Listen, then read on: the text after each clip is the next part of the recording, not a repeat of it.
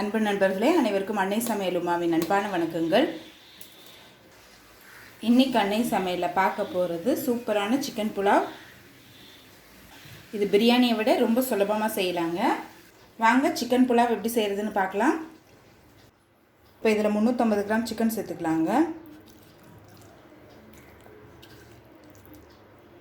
1 teaspoon இஞ்சி பூண்டு விழுது, 1 டேபிள் ஸ்பூன் தயிர், தேவையான அளவு உப்பு. இதை நல்லா மிக்ஸ் பண்ணிக்கலாம்.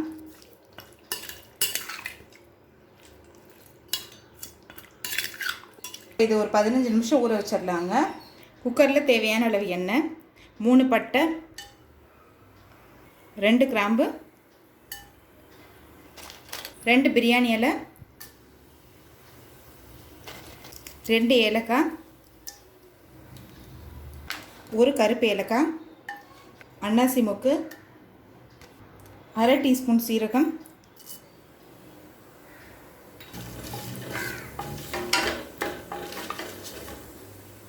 நீளமாக நறுக்குன்னு 2 வெங்காயத்தை சேர்த்துக்கலாம்.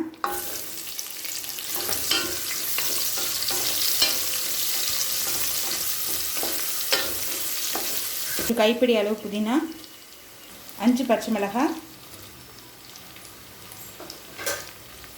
2 டீஸ்பூன் இஞ்சி பூண்டு விழுது.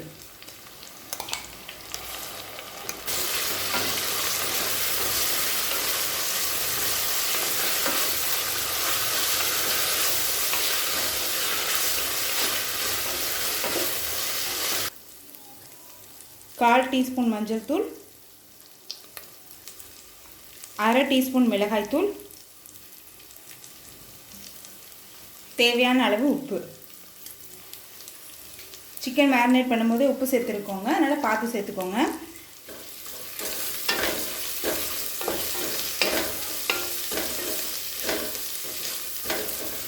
சிக்கன் புலாவில் பார்த்தீங்கன்னா மிளகாத்தூள் போட மாட்டாங்க. நான் கொஞ்சம் டேஸ்ட்டுக்காக கொஞ்சமாக சேர்க்குறேங்க. நீங்கள் விருப்பப்பட்டீங்கன்னா தக்காளி சேர்த்துக்கலாம். மேரினேட் பண்ணி வச்சுருக்க சிக்கன் இதில் சேர்த்துக்கலாம். இப்போ நல்லா வதக்கிக்கலாங்க.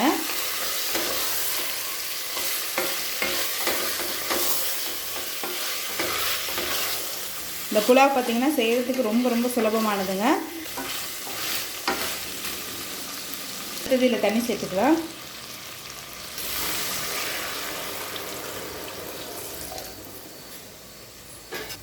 நான் 1.5 கப் அரிசி எடுத்துருக்கேங்க, அதனால் 2.25 கப் தண்ணி சேர்க்குறேன். அதாவது 1க்கு 1.5 அளவு தண்ணி சேர்த்தா போதும். இதில் சிக்கன் நிறைய இருக்குது, அதனால் சிக்கன்லேருந்து நல்லா தண்ணி விடும். நம்ம தக்காளியும் சேர்க்கவே இல்லை, அதனால் 1க்கு 1.5 அளவு தண்ணி சேர்த்திங்கன்னா போதும். அடுத்தது இதில் பாஸ்மதி அரிசி சேர்த்துக்கலாங்க. பாஸ்மதி அரிசி 20 நிமிஷம் ஊற வச்சு சேர்த்துக்கோங்க. 1.5 கப் பாஸ்மதி அரிசி எடுத்துருக்கேங்க.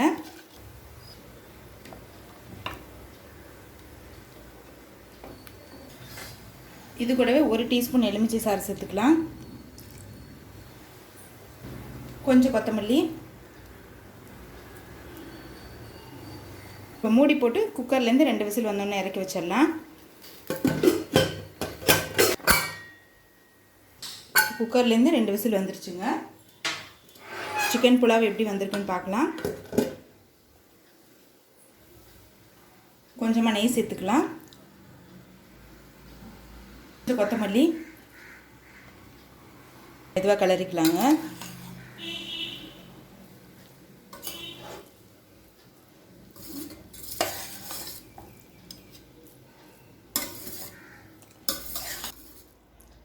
இப்போ சிக்கன் புலாவ் ரெடி ஆகிடுச்சுங்க. சர்வ் பண்ணிடலாம்.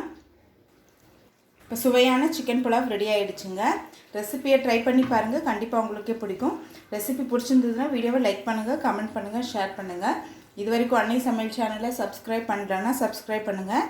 தேங்க்யூ.